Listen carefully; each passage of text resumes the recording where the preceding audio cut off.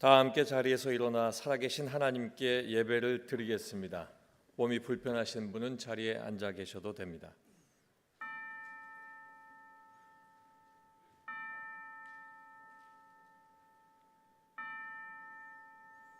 내가 주를 찬양할 때에 나의 입술이 기뻐 외치며 주께서 속량하신 내 영혼이 즐거워하리이다.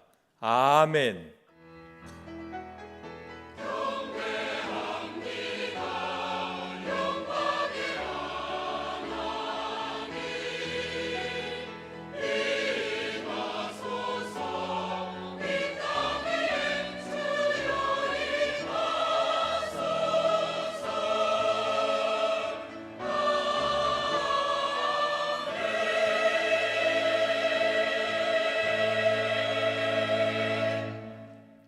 다 같이 찬송가 8장 1절을 부르시겠습니다.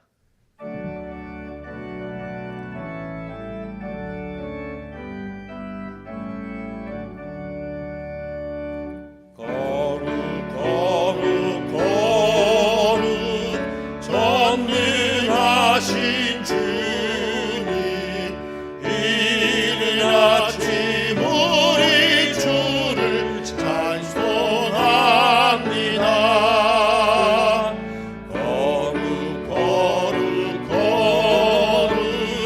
자비하신 주님, 성삼위일체 우리 주로라.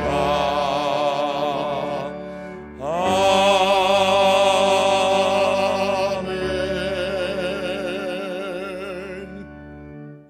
지난 한 주간을 돌이켜보며 간절한 마음으로 참회의 기도를 다 함께 드리겠습니다.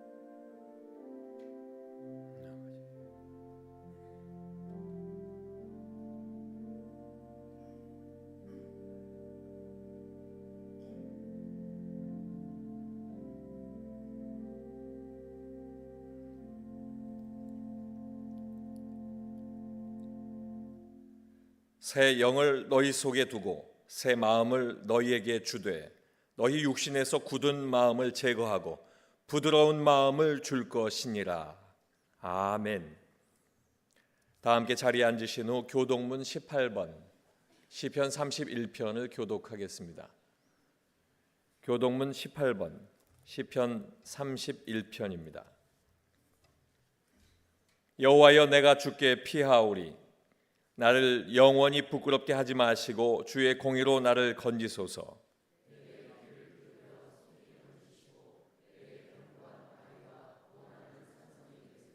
주는 나의 반석과 산성이시니 그러므로 주의 이름을 생각하셔서 나를 인도하시고 지도하소서.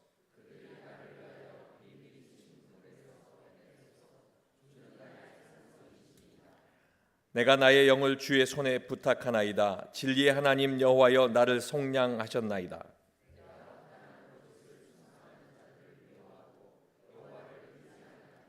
내가 주의 인자하심을 기뻐하며 즐거워할 것은 주께서 나의 고난을 보시고 환난 중에 있는 내 영혼을 아셨으며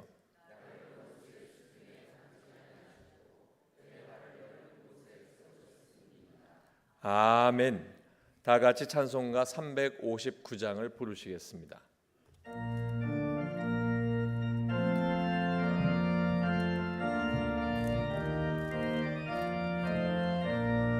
천성을 향해 가는 성도들아, 앞길의 장애를 두려워 말라. 성령이 너를 인도하시리니 왜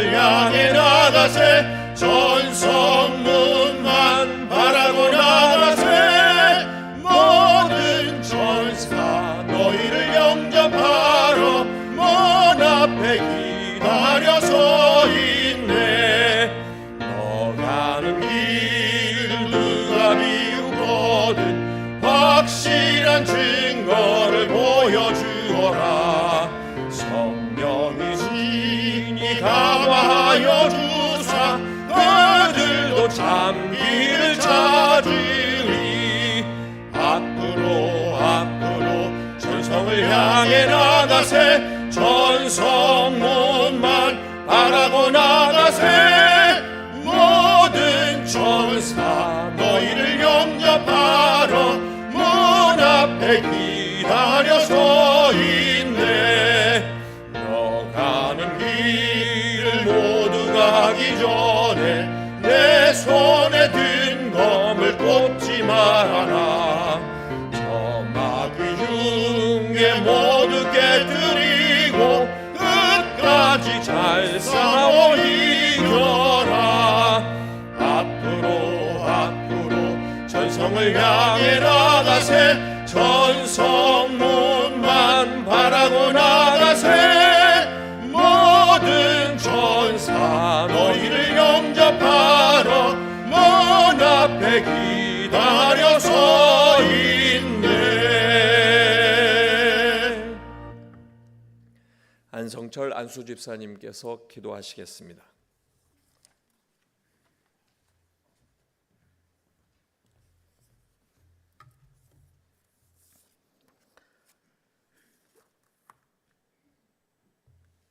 주님의 은혜로 한 주간을 살게 하시고 거룩한 이날을 맞이하여 예배의 자리로 나오게 하시니 감사합니다. 하나님 아버지, 주를 찾는 자들을 버리지 않는다고 하신 시편 말씀에 의지하여 이 자리에 나왔습니다. 이 시간 드리는 예배가 하나님께는 영광이요 저희들에게는 한없는 은혜의 시간 되게 하옵소서. 사랑의 하나님, 지난 한 주간을 돌이켜봅니다. 삶에 부딪히는 다양한 상황 속에서 진리의 편에 서기보다는 순간적인 안일함과 편안함을 위해 위선적으로 행동한 적이 많았습니다. 늘 넘어지는 저희들을 긍휼히 여기어 주시옵소서. 저희의 깨지기 쉬운 양심과 인격을 강건하게 하시어 세상의 빛과 소금의 역할을 감당하기에 조금도 부족함이 없게 하옵소서. 세계 곳곳에서 일어난 전쟁과 지진을 바라보며 안타까운 마음으로 기도합니다. 수많은 전쟁의 피해자와 이재민을 긍휼히 여기어 주시옵소서. 그들이 마음에 주님의 평안을 허락하여 주시옵소서. 회복에 필요한 것들이 넉넉하게 공급되어 이전의 평화로운 삶을 살아가게 도와주시옵소서. 이 세상 많은 나라 가운데 유일하게 남북으로 분단된 채 살아가고 있는 저희 대한민국에도 특별한 은총을 허락하사 평화로운 관계와 주님 안에서 진정한 회복을 이루어 주시옵소서. 하나님의 계획하심으로 세워진 대한민국을 끝까지 붙잡아 주시고 다시 한번 큰 부흥의 역사가 나타나게 하여 주시옵소서. 교회의 머리가 되시는 주님, 마지막 때가 점점 다가올수록 성도들을 미혹하고 넘어뜨리는 악한 영의 세력이 더욱 극심해지고 있습니다. 이럴 때일수록 우리 은혜 강성교회가 예수 그리스도의 생명과 진리를 잘 전할 수 있도록 주님께서 친히 우리 교회를 붙들어 주시고 사용하여 주시기를 원합니다. 올해의 우리의 기원은 예배가 살아있는 교회로 새롭게 하는 교회, 변화받는 교회, 분별하는 교회 되게 하여 주시옵소서. 지금 선교 중에 있는 인도와 캄보디아와 조도 위에 특별한 하나님의 역사를 이루어 주시옵소서. 주님의 말씀을 전하는 박재신 담임 목사님을 성령으로 충만케 하옵소서.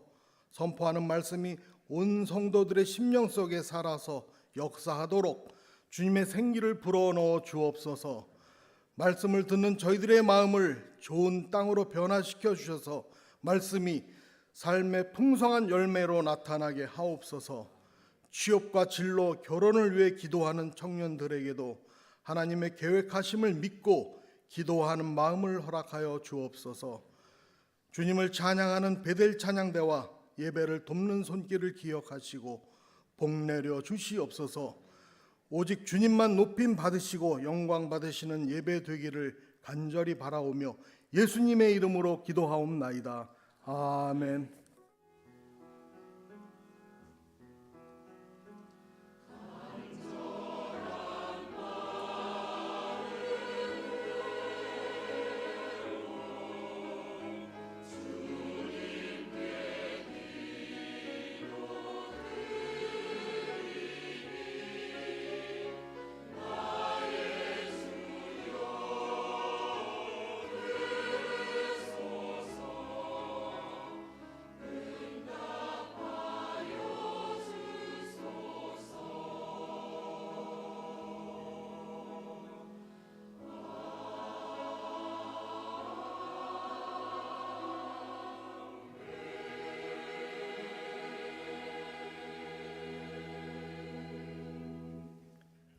하나님의 말씀은 열왕기하 13장 14절에서 19절까지의 말씀입니다. 구약성경 584쪽입니다. 열왕기하 13장 14절에서 19절까지의 말씀, 구약성경 584쪽입니다. 엘리사가 죽을 병이 들매 이스라엘의 왕 요아스가 그에게로 내려와 자기의 얼굴에 눈물을 흘리며 이르되 내 아버지여 내 아버지여 이스라엘의 병고와 마병이여 하매 엘리사가 그에게 이르되 활과 화살들을 가져오소서 하는지라. 활과 화살들을 그에게 가져오매 또 이스라엘 왕에게 이르되 왕의 손으로 활을 잡으소서 하매 그가 손으로 잡으니 엘리사가 자기 손을 왕의 손 위에 얹고 이르되 동쪽 창을 여소서 하여 곧 열매 엘리사가 이르되 쏘소서 하는지라. 곧 쏘매 엘리사가 이르되 이는 여호와를 위한 구원의 화살 곧 아람에 대한 구원의 화살이니 왕이 아람 사람을 멸절하도록 아벡에서 치리이다 하니라. 또 이르되 화살들을 집으소서. 곧 집음에 엘리사가 또 이스라엘 왕에게 이르되 땅을 치소서 하는지라. 이에 3번 치고 그친지라. 하나님의 사람이 노하여 이르되 왕이 6번을 칠 것이니이다. 그리하였더면 왕이 아람을 진멸하기까지 쳤으리이다. 그런즉 이제는 왕이 아람을 3번만 치리이다 하니라. 아멘.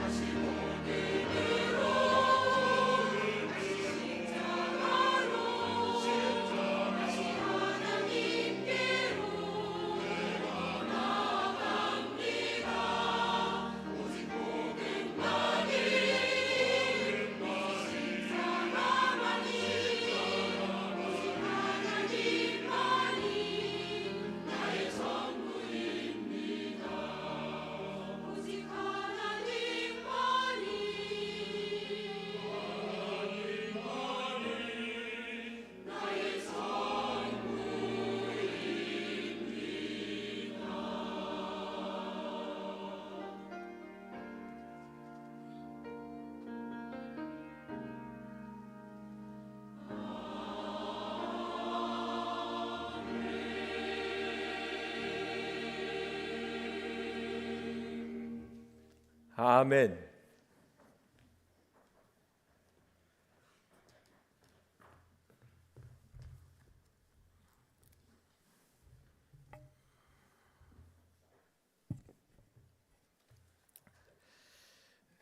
날씨가 추운 겨울철에는 무엇보다도 화재에 대해서 조심을 해야 됩니다. 불이 나게 되면은 경제적으로 막대한 손실뿐만 아니라 안타까운 인명 피해까지 있는 것이 이 화재이기 때문입니다. 지난 1월 22일 밤에 발생한 서천 특화 시장의 그 화재로 인하여서 수산동 121개의 점포, 또 일반동 90개 점포, 식당 16개 점포 등이 다 불이 나서 총 227점포가 완전히 전소되는 이런 안타까운 일이 발생하였습니다. 200개가 넘는 점포들이 한순간에 불이 났다라는 것은 수백 명이 일자리를 한순간에 잃어버렸다라는 것을 의미합니다. 시장의 특성상 한 곳에서 불이 나게 되면 다 건물들이 붙어 있기 때문에 진화하는 것이 쉽지가 않습니다. 그래서 시장에서 불이 나게 되면 전체를 다 태우게 되는데 이런 일이 이번 겨울에 또한 일어나게 되었다라는 것입니다. 예전에는 불조심 캠페인에 그런 것도 있지 않습니까? 꺼진 불도 다시 보자. 왜 그렇습니까? 이 불이라는 특성은 꺼진 것 같았는데도 잔불이 남아 있어가지고 다시 재발화를 한다라는 것입니다. 특히 이 산불 같은 경우에는 우리가 불을 다 껐다고 생각했는데도 밤사이에 다시 잔불이 남아서 또 발화를 합니다. 강원도 지방 같은 데서 산불이 나게 되면 이게 하루 이틀 만에 꺼지는 것이 아니고 어떨 때는 몇 주간에 걸쳐서 계속 꺼졌다가 다시 불이 났다, 이런 걸 반복하는 것을 보게 됩니다. 이 잔불이 있다라는 것, 이것이 굉장히 우리에게 중요한 것인데 어찌 보면 이런 것은 우리 신앙생활도 마찬가지라 이렇게 생각을 합니다. 해마다 1월 달이 되면은 우리가 결단을 합니다. 그리고 올해는 이렇게 주님을 위하여 살아야 되겠다. 그러다가 시간이 지나면 어떻게 됩니까? 주님 앞에 거룩한 삶을 살겠다고 다짐을 해도 시간이 지나면 어느 순간 옛 모습 그대로 돌아가 있는 우리를 본다라는 것입니다. 왜 그렇습니까? 우리 죄악의 잔불이 남아 있어가지고 변화된 것 같은데 어느 순간 다시 죄악이 우리를 감싸게 된다라는 것입니다. 우리가 믿음 생활하면서 승리를 하려면 완전히 잔불까지 다 없애버려야 된다. 우리의 원수 마귀의 그 세력을 진멸해 버려야 될 줄 믿습니다. 근데 이렇게 신앙생활을 한다라는 것이 쉽지만은 않다라는 것입니다. 이제 오늘 읽은 본문도 마찬가지라 이렇게 보여집니다. 오늘 본문은 엘리사 선지자와 요아스 왕이 만나는 이런 부분입니다. 오늘 열왕기하 13장 10절을 보면 이렇게 기록합니다. 유다 왕 요아스 제 37년에 여호아하스의 아들 요아스가 사마리아에서 이스라엘 왕이 되어 16년간 다스리며, 이렇게 표현합니다. 우리가 아는 대로 이스라엘 나라는 솔로몬 왕 이후에 남북으로 나뉘어지게 됩니다. 남유다, 북이스라엘. 근데 오늘 성경을 보니까 남유다 아하시아의 아들 요시야 왕이 있었다. 유다 왕 요아스 제 37년에 이렇게 얘기합니다. 이것은 유다 왕이니까 유다 나라에 요아스라라는 왕이 있었는데 이 왕은 아하시아의 아들 요아스라라는 사람입니다. 그리고 그 37년에 여호아하스의 아들 요아스, 이 사람은 북이스라엘입니다. 북이스라엘에 여호아하스의 아들 요아스 왕이 있어서 사마리아에서 16년간을 통치했다. 바꿔 말하면 남유다 나라에도 요아스라라는 왕이 있었고 북이스라엘에도 요아스라라는 왕이 있었다라는 것입니다. 동명이인입니다. 우리나라도 보게 되면 여러 왕조들이 있는데 고려라는 나라가 있고 조선이라는 나라 있지 않습니까? 그런데 이 두 나라에 이름이 같은 왕들이 있다라는 것입니다. 마찬가지로 남북으로 나눠지다 보니까 같은 이름이 이렇게 거의 동시대적으로 나타나게 됩니다. 우리가 그래서 성경을 읽을 때 굉장히 헷갈립니다. 이 이름이 어느 나라 왕의 이름인지 헷갈리는데, 특별히 요아스라라는 왕의 이름은 남유다 나라에도 있고 북이스라엘 나라에도 있었다. 오늘 나오는 열왕기하에 나오는 사람은 북이스라엘 왕 요아스다. 이렇게 여러분들이 보시면 됩니다. 이 북이스라엘 왕 요아스인데, 이 왕이 되었을 때 그때는 선지자 엘리사가 거의 이제 죽음을 앞둔 이런 시대라는 것입니다. 그 앞선 시대에 활동을 많이 하고 이제 새롭게 요아스 왕이 등극했을 때는 거의 노년에 죽음을 앞둔 이 엘리사, 이들의 대화 속에서 안타까운 장면을 보게 된다라는 것입니다. 이 요아스, 북이스라엘의 요아스라는 왕이 오늘 엘리사 선지자를 만나는 것을 보게 되면, 그는 왕이 되었을 때 나름대로 하나님의 말씀 가지고 살겠다 이렇게 작정하고 엘리사 선지자를 찾아갔다라는 걸 알 수가 있습니다. 그럼에도 불구하고 그는 믿음이 견고하지 못해서 결국은 안타까운 이런 엘리사의 고백을 들을 수가 있다라는 것입니다. 그 엘리사의 고백이 오늘 열왕기하 13장 19절을 보면 이렇게 얘기합니다.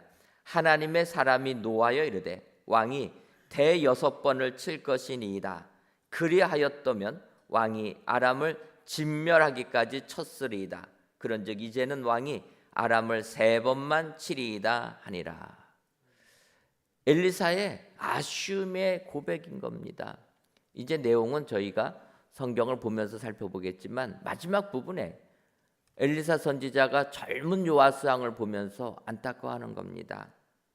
왕이 대여섯 번을 쳤을 것이면 그러면 아람 나라를 진멸하기까지 쳤을 것이다. 그러니까 당신이 이스라엘 나라의 대적인 아람 나라를 진멸할 수 있었는데 진멸하지 못하고 몇 번만 이깁니까? 3번밖에는 이기지 못할 것이다. 이 안타까움이라는 거예요. 대적을 완전히 뿌리째 뽑아야 되는데 요아스 왕이 무언가 부족해서 결국은 진멸하지는 못하고 뿌리째 뽑지는 못하고 3번 전쟁하면 이기는 정도로 마치게 된다라는 것입니다. 그것이 죽음을 앞둔 엘리사의 안타까운 마음이었다라는 것입니다. 그래서 오늘 이 시간 왜 대적을 진멸하지 못하는가 살펴보시고, 우리가 우리의 대적 마귀를 완전히 진멸하셔서 2024년도에는 여러분들의 삶이 승리의 계가를 부르는 축복의 삶을 사시는 여러분 되시기를 주님의 이름으로 축원합니다. 그렇다면 대적을 완전히 진멸하여서 최후 승리를 얻는 사람은 어떠한 사람이 되어야 됩니까? 먼저는 말씀 앞에 나오는 사람이 되어야 합니다. 오늘 보면 열왕기하 13장 14절을 보면 엘리사가 죽을 병이 들매 이스라엘의 왕 요아스가 그에게로 내려와 자기의 얼굴에 눈물을 흘리며 이르되 내 아버지여 내 아버지여 이스라엘의 병과 마병이여 하매, 이렇게 얘기합니다. 엘리사가 죽을 병에 들어서 이제 나이가 들었고 죽을 병에 걸렸을 그때 젊은 왕 요아스가 엘리사를 찾아왔다라는 것입니다. 그러면서 눈물을 흘리며 죽음을 앞둔 엘리사를 보면서 눈물을 흘리면서 이렇게 고백합니다. 내 아버지여 내 아버지여 이스라엘의 병거와 마병이여. 왕이 선지자 엘리사를 찾아와서 내 아버지라고 이야기하는 겁니다. 얼마나 엘리사를 인정했으면 왕이 엘리사에게 내 아버지라고 표현합니까? 나이도 엘리사가 많을 뿐만 아니라 엘리사는 그 선대 왕에 있을 때 놀라운 이적을 베풀어준, 그래서 나라를 지켜준 이런 선지자였다라는 것입니다. 젊은 요아스 왕이 아버지의 뒤를 이어서 왕이 되었지만 자기는 아직까지 부족한 게 많은데, 그래서 이 나라를 통치하려면 선지자 엘리사의 그 도움을 받아야 되는데 엘리사가 죽음을 앞뒀다라는 것입니다. 그때 요아스 왕이 와서 눈물을 흘리면서 고백합니다. 내 아버지요, 내 아버지요, 이스라엘의 병거와 마병이요, 이스라엘 나라를 지켜주는 병거와 마병이라는 것입니다. 이렇게 요아스가 엘리사 앞에 나와서 눈물을 흘렸다라는 것입니다. 이것을 보게 되면 이렇게 요아스처럼 엘리사 선지자 앞에 나와서 하나님의 말씀을 들으려고 하는 그 사람, 말씀 앞에 나오는 사람이 대적을 물리치는 축복자가 되게 되는 줄 믿습니다. 오늘도 하나님의 말씀을 들으러 나와서 예배를 드리시는 여러분들, 올 한 해 하나님께서 대적을 진멸하는 역사가 여러분들 삶 가운데 임하게 될 줄 믿습니다. 하나님 앞에 나올 때 하나님께서 대적을 진멸시켜 주신다라는 것입니다. 특별히 요아스 왕이 엘리사를 보면서 내 아버지여, 내 아버지여, 이스라엘의 병과 마병이여, 이렇게 고백한 이 부분은 바로 엘리사가 스승인 엘리야를 보면서 외쳤던 말씀이라는 것입니다. 우리가 아는 대로 엘리야의 뒤를 이어서 엘리사가 그 선지자 역할을 이어받지 않습니까? 근데 엘리사는 선지하고는 상관이 없었던 농사짓는 농군이었다라는 것입니다. 그런데 하나님의 부름을 받아서 이제 하나님의 일을 하다 보니까 부담이 큰 것입니다. 그래서 엘리야에게 얘기합니다. 스승님이 돌아가시기 전에 나에게 스승님의 영감에 갑절이 임하게 하옵소서. 그래야지만 이 선지자 역할을 감당할 수 있기 때문에 부탁을 합니다. 그때 얘기합니다. 엘리야가 내가 하늘로 올라가는 것을 너가 보게 된다라면 영감이 갑절로 임할 것이다. 그렇게 말을 하고 엘리사가 승천하는 것을 엘리사가 보지 않습니까? 그때 열왕기하 2장 12절을 보면 엘리사가 보고 소리 지르며 내 아버지여, 내 아버지여, 이스라엘의 병과 마병이여 하더니 다시 보이지 아니한지라. 이에 엘리사가 자기의 옷을 잡아 둘로 찢고, 이렇게 이야기합니다. 엘리야가 승천하는 것을 보면서 그때 외쳤던 고백이 바로 이 고백이라는 거예요. 스승이 승천하는 것을 보면서 내 아버지여, 내 아버지여, 이스라엘의 병과 그 마병이여. 이 고백을 한 다음에 엘리사는 엘리야의 영감에 갑절이 임하여서 놀라운 역사를 일으켰다라는 것입니다. 그런데 이 고백을 지금 북이스라엘 왕 요아스가 똑같이 한다라는 것입니다. 여러분, 이 요아스의 이 고백은 어찌 보면은 엘리사에게 임했던 그 능력이 요아스에게도 임할 수 있다라는 것을 표현하는 문구라 볼 수가 있습니다. 우리가 하나님 앞에 나오게 되면 요아스 왕이 엘리사 선지자 앞에 나왔을 때 놀라운 축복을 받은 것처럼 우리가 하나님 앞에 나오게 될 때 하늘의 축복이 우리에게 임하게 될 줄 믿습니다. 여러분, 그러면 얼마큼 하나님의 말씀 앞에 나오시려고 노력하고 계십니까? 오늘 예배당에 나오고 또 영상을 통해서 예배 드리시는 분들 하나님께서 축복해 주실 줄 믿습니다. 올 한 해 우리 교회가 예배가 살아있는 교회라, 교회의 기도 제목을 정하고 예배가 살아있고 기도가 살아있고 전도와 선교가 살아있는 교회를 소망하고 있습니다. 우리가 주의 말씀 앞에 나올 때 이런 역사가 임하게 될 줄 믿습니다. 예배가 살아있는 것뿐만 아니라 여러분들의 가정이 살아있고 여러분들의 사업이 살아있는 축복이 동일하게 임하게 되기를 소원합니다. 그러려면 말씀 앞에 나오셔야 된다.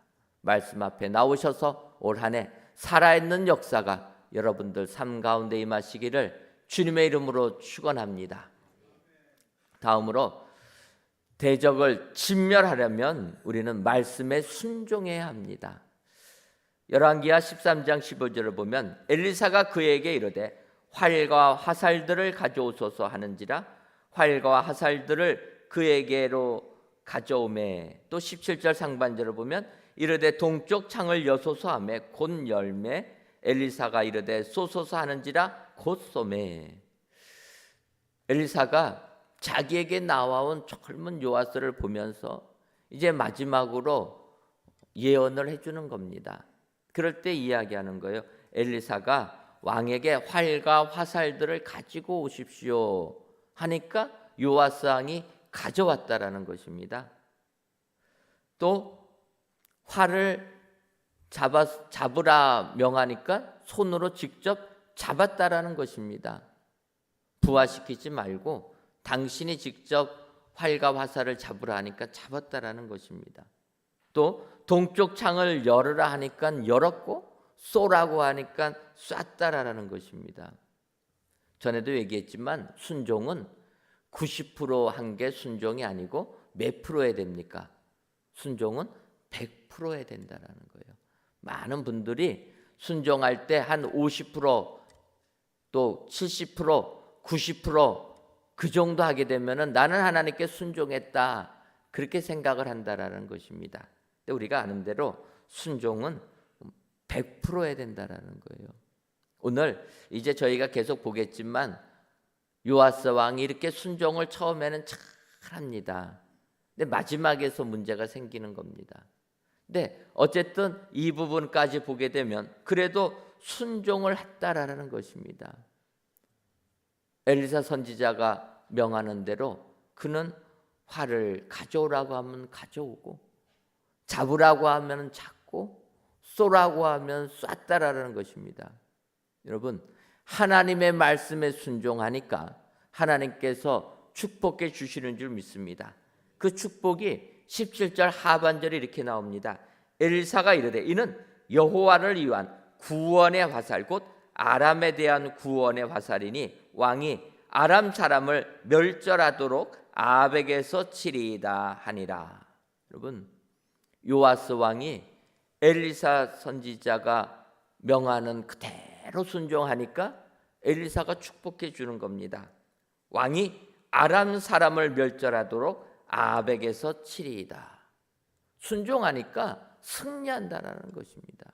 여러분, 우리가 세상에서 원수 마귀를 대적하여 이기려면 순종해야 될 줄 믿습니다.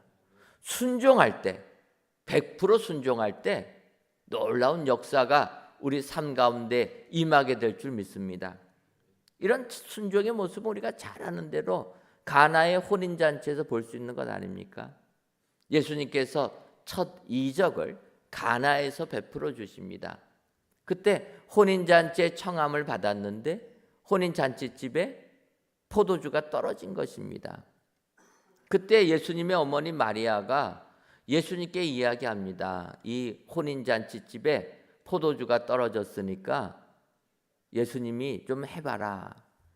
그럴 때 예수님은 아직은 내 때가 아닙니다 했지만 마리아는 종들에게 이야기합니다. 예수님이 시키는 대로 순종해라. 예수님께서 명하시는 대로 해라. 종들에게 명했다라는 거예요. 그래서 그 이야기를 들은 예수님이 이제 종들에게 명합니다. 너희들 항아리에다가 물을 채우라. 그러니까 그 종들이 어떡합니까? 물을 채웠다라는 거예요.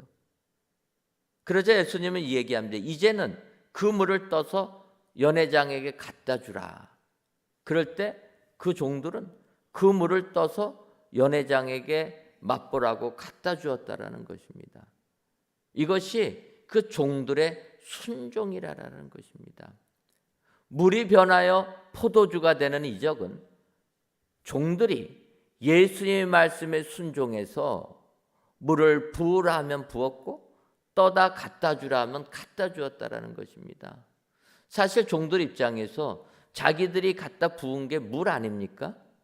그것이 물인 것을 알고 포도주같이 갖다 주라고 했을 때 갖다 줄 수가 있겠습니까?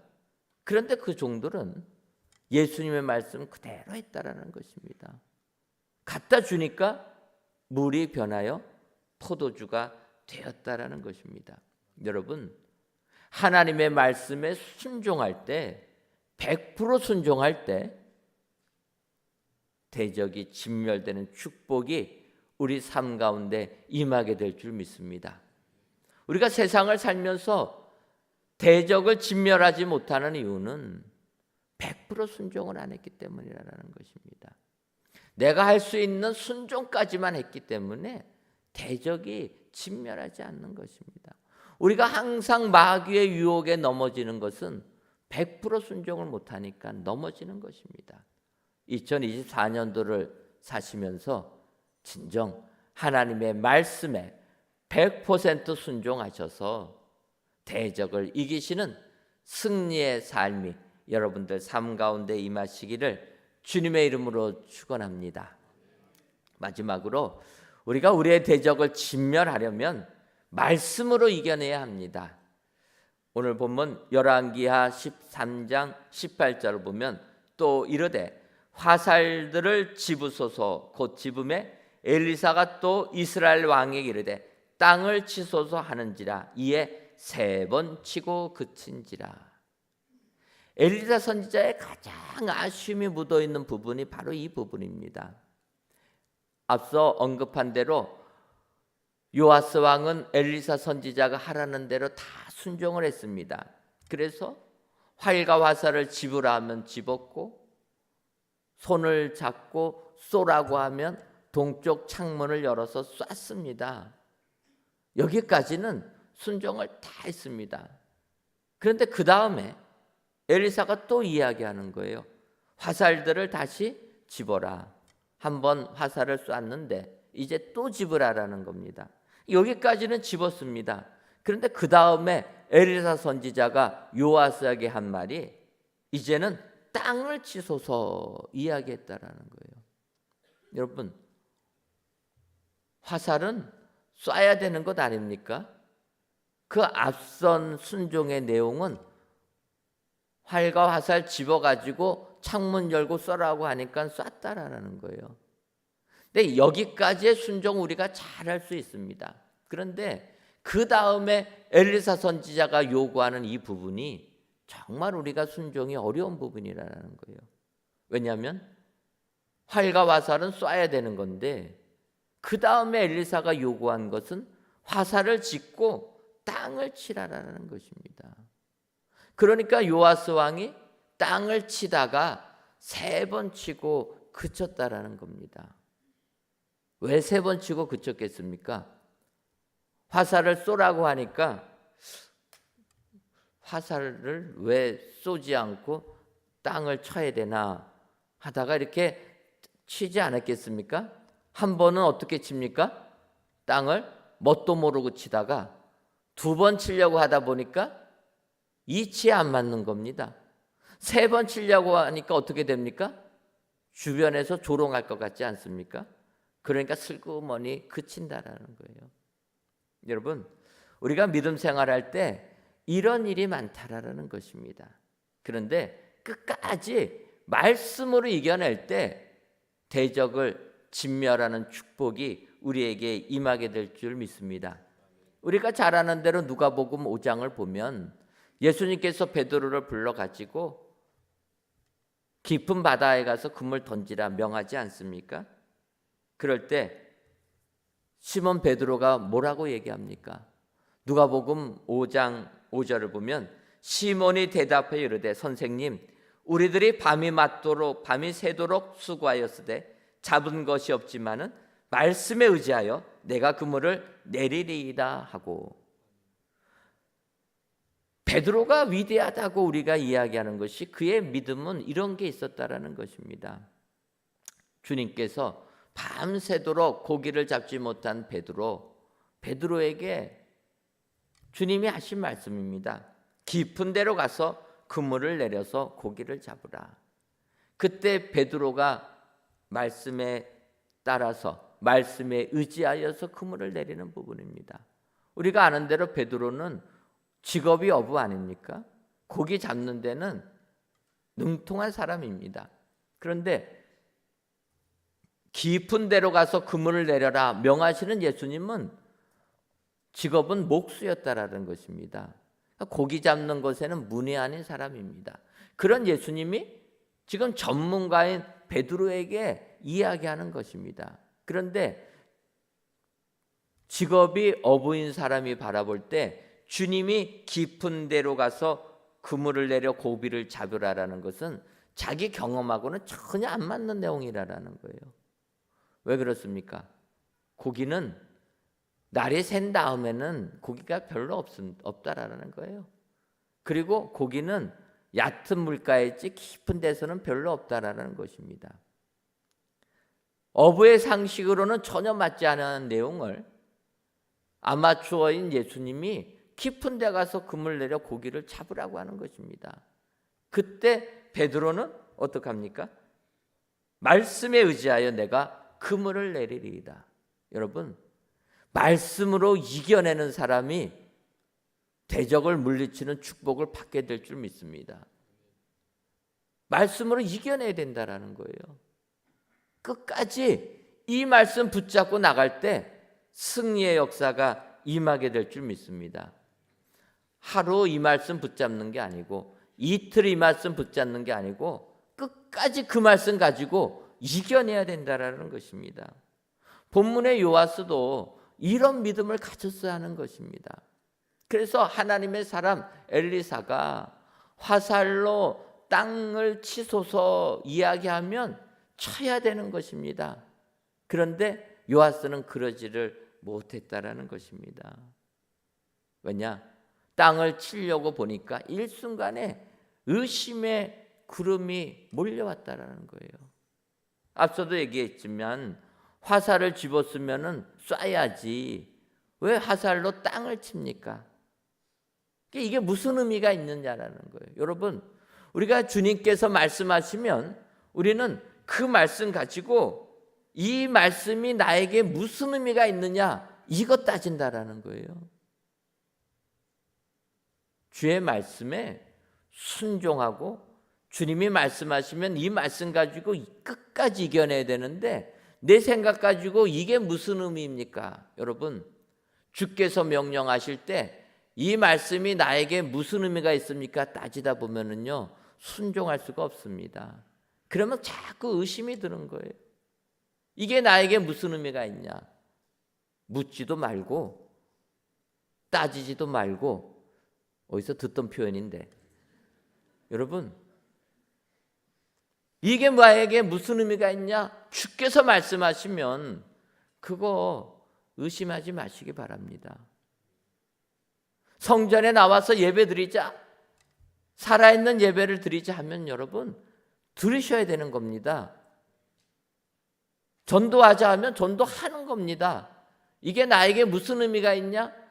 그거 따지다 보면은 말씀으로 이기지 못한다라는 거예요.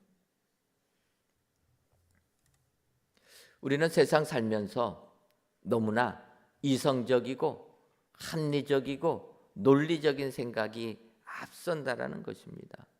그러나 여리고성을 무너뜨린 이스라엘 백성들 법궤를 앞세워서 여리고성 돌을 하니까 돌지 않았습니까? 이게 무슨 논리적으로 맞느냐? 합리적으로 맞느냐? 안 따졌다라는 거예요. 말씀 붙잡고 끝까지 이겨낼 때 대적을 이기는 축복이 임하게 될 줄 믿습니다. 논리적으로 따지고 이성적으로 질문해 갖고는 안 된다는 거예요.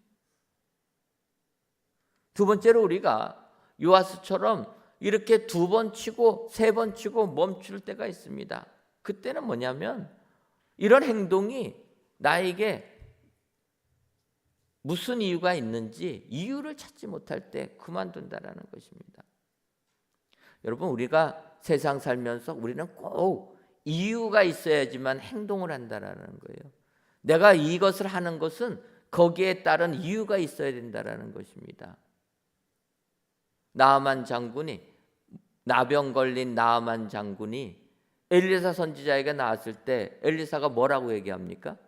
요단 강물에 가서 7번 몸을 담그라고 얘기하지 않습니까? 그때 나아만이 분노를 합니다. 이유를 찾지 못하는 거예요. 아니 요단 강물에서 7번 목욕할 것 같으면 아람 나라에는 요단강물보다 훨씬 더 깨끗한 강들이 있는데 내가 거기서 씻지, 내가 굳이 여기까지 와서 요단강물 이 지저분한 물에 내가 목욕을 해야 되느냐? 이유를 못 찾았다라는 거예요. 하지만 종의 이야기를 듣고 순종하니까 나만의 나병이 깨끗이 낫게 되었다. 이렇게 얘기하는 겁니다. 더 나아가 우리가 말씀으로 이겨내지 못하는 이유는 주변 사람들의 시선 때문에 못한다라는 거예요. 여러분, 요아스 왕이 엘리사 선지자의 말대로 화살 가지고 땅으로 치려고 하다 보니까 신하들을 의식하게 되는 것 아닙니까? 신하들이 볼 때 요아스 왕을 뭐라고 얘기하겠습니까? 저 왕이 이상한 왕이다. 화살을 갖다 쓰면 쏴야지 그 화살 가지고 땅을 치라고 해서 치냐. 주변 믿음 없는 사람들의 시선을 의식해서 땅을 치다가 슬그머니 꼬리 내리는 겁니다. 여러분, 우리가 믿음 생활할 때 그러지 않습니까? 주변 사람들을 의식해 가지고 믿음 생활하다가 슬그머니 꼬리 내린다라는 거예요. 말씀에서는 이렇게 하라 주께서 명하시는데 세상 사람들의 조롱이 두려워서, 세상 사람들의 시선이 두려워서 하나님의 말씀대로 살지 못하고 슬그머니 멈춘다라는 겁니다. 여러분, 오늘 본문을 보게 되면 엘리사 선지자는 요아스 왕의 이런 모습에 너무나 아쉬움이 있었다라는 것입니다. 그래서 땅을 치라고 하면, 선지자가 치지 말라고 할 때까지 쳤다라면 아람 나라를 진멸했을 텐데 당신이 하나님의 말씀으로 이겨내지 못하고 의심하여서 3번 치려고 멈췄기 때문에 아람 나라를 3번밖에는 이기지를 못합니다. 엘리사 선지자의 예언의 말 그대로 요아스 왕은 왕이 되어서 통치할 때 아람 나라와 전쟁을 합니다. 3번은 싸워서 다 이겼다라는 거예요. 그래서 땅을 빼앗습니다. 그런데 거기까지라는 겁니다. 여러분, 요아스 왕이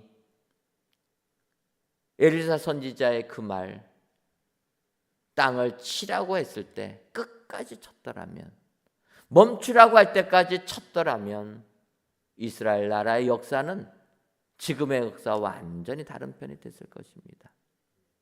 요아스가 믿음의 삶을 살지 못하고 의심하고 말씀으로 끝내 이겨내지 못하고 주변 사람 의식했을 때 결국은 3번밖에는 승리하지 못했다. 2024년도를 사실 때 여러분 완전히 나의 대적을 진멸하시기를 원하십니까? 그렇다면 말씀으로 이겨내시는 여러분 되시기를 주님의 이름으로 축원합니다. 주변 사람들 의식하지 마시고 주님이 명하셨으면 그 말씀 붙잡고 끝까지 그 말씀으로 이겨낼 때 우리의 원수를 물리치는 축복의 삶을 살게 될 줄 믿습니다. 이 같은 축복이 저와 여러분들 삶 가운데 임하시기를 주님의 이름으로 축원합니다. 기도하겠습니다.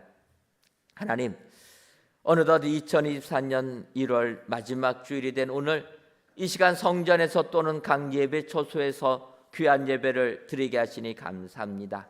이 예배를 흠양하여 주옵시고 신앙생활에서 승리하는 모든 예배자들이 되게 하게 주옵소서. 이 시간 진멸하기까지 쳤으리이다라는 제목으로 말씀을 주시니 감사합니다. 대적을 진멸하여 최후 승리를 얻는 자들이 되려면 먼저 말씀 앞에 나오는 사람이 되어야 하고 말씀에 순종하는 사람이 되어야 하며 말씀으로 이겨내는 사람이 되어야 된다 말씀하셨사오니 이러한 신앙인들이 다 되어서 2024년도도 원수 마귀를 다 진멸하여 마침내 승리의 계가를 울리는 축복의 성도님들이 다 되게 하여 주옵소서. 예수님의 이름으로 기도하옵나이다. 아멘.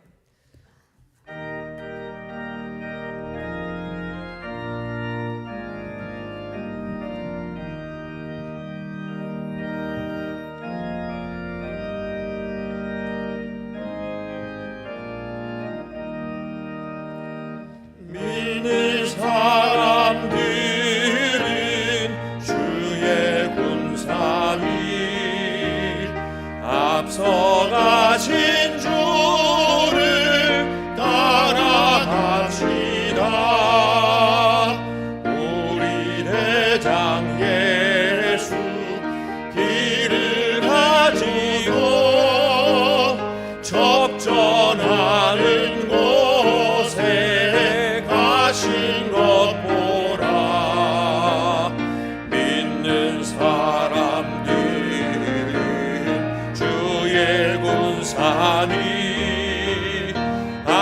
앞서가신 주를 따라갑시다. 원수 마귀 모두 쫓겨가기는 예수 이름 듣고 겁이 남이라. 우리 찬송 듣고 지옥 걸리니 형제들아 주를 찬송합시다. 믿는 사람들은 주의 군사니 앞서가신 주를 따라갑시다. 세상 나라들은 멸망당하나 예수 교회 영영 왕성하리라. 마귀 원세하니 해치 못함은 주가 모든 교회 지키심이라. 믿는 사람들은 주의 군사니 앞서가신 주를 따라갑시다. 백성들아 와서 함께 모여서 우리 모두 함께 해가 부르세. 영원토록 영광 원세 찬송을 우리 임금 주께 돌려보내세. 믿는 사람들은 주의 군사니 앞서가신 주를 따라갑시다.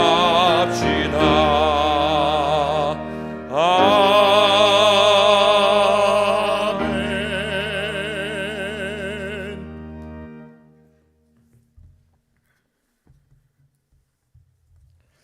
하나님, 이 시간 마치 사람을 장사하는 자들이 그 도적대를 보고 그의 시체를 엘리사의 묘실에 들어 던짐에 시체가 엘리사의 뼈에 닿자 곧 회생하여 일어섰더라는 열왕기서의 말씀을 의지하여 하나님께 귀한 예물들을 바칩니다. 드려지는 이 모든 예물들을 흠양하여 주어서 우리의 삶에 회생의 축복이 임하게 하여 주옵소서. 먼저는 엘리사의 뼈에 시체가 닿자 다시 회생하였다는 말씀처럼 죽어가는 우리의 삶에 주의 말씀이 임하셔서 다시금 살아나는 은총이 임하게 하여 주옵소서. 더 나아가 회생의 은혜가 임하라면 죽은 자가 엘리사의 뼈에 닿아야 했던 것처럼 우리들이 먼저 주님 앞에 나아가 말씀으로 변화받고 회생하여 다시 일어서게 하셔서 이 은혜를 온 세상에 널리 안지는 은혜의 삶을 살아가는 우리 모두가 되게 하여 주옵소서. 예수님의 이름으로 기도하옵나이다. 아멘. 말씀을 생각하시면서 옆에 분들과 인사 나누도록 하겠습니다. 말씀 앞에 나오는 사람이 됩시다. 한 번 더 인사하도록 하겠습니다. 말씀으로 이겨내는 사람이 됩시다.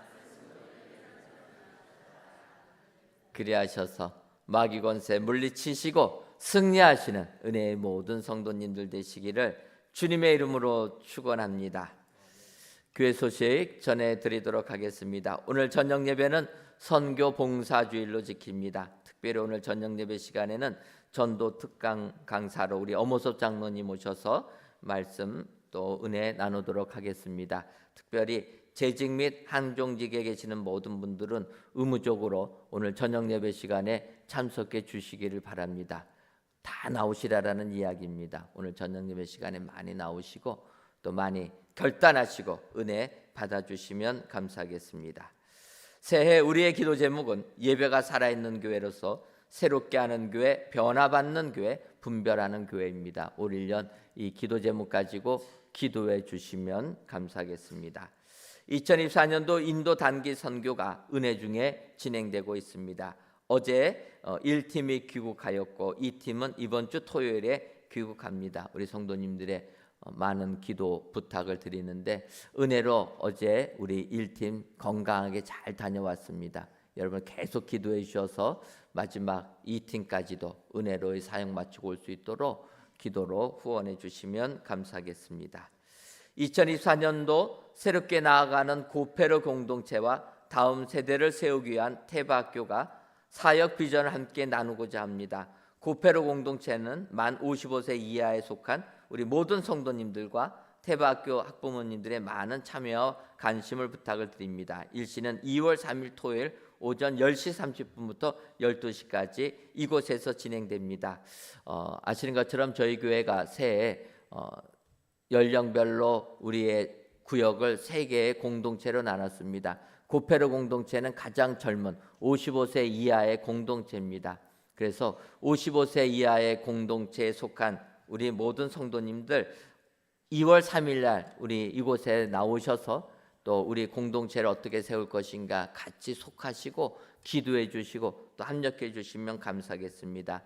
이 나이 때는 아이들이 있기 때문에 또 미취학 어린이들 돌봄 어린이 목회는 또 진행하도록 하겠습니다. 아이들 맡겨두시고 함께 모여서 우리가 새롭게 고페르 공동체를 어떻게 세울 것인가 협력하시고 협조해 주시기를 부탁을 드립니다. 55세 이하 되신 분들은 2월 3일 날 10시 반에 꼭 이곳으로 모여주시면 감사하겠습니다. 2024년도 청년부 연합 동계수련회는 캠프 코리아가 주관하는 캠프로 대신한다 기억하시고 2월 1일부터 있는 캠프에 우리 청년들의 많은 참여를 부탁드립니다. 모임 광고입니다. 기관장 협의회가 이번 주 3일 기도회 후에 아가페 채플에서 모이고 넷째 주 여전대 원례와 남성교 원례에 오늘 오후 1시와 2시 모이도록 하겠습니다.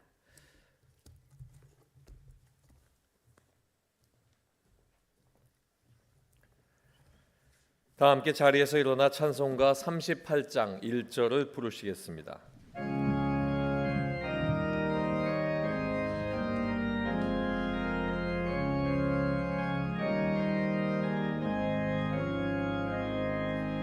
예수 우리 왕이여 이곳에 오셔서 우리가 왕께 드리는 영광을 받아 주소서. 우리는 주님의 백성 주님은 우리 왕이라 왕이신 예수님 모셔서 좌정하사 다스리소서.